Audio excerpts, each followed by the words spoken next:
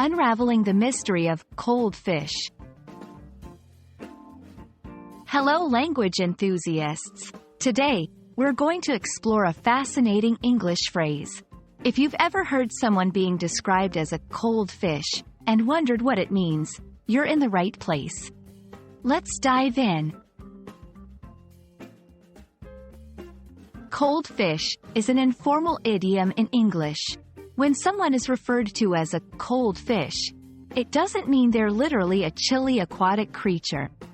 Instead, this phrase describes a person who is emotionally distant or lacking warmth in their personality.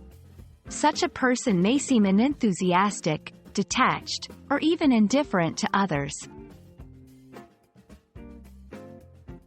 To understand better, let's look at a few examples. She never shows any emotion, she's such a cold fish.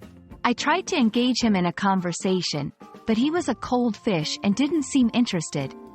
Why is your boss always so serious? He's a real cold fish, isn't he?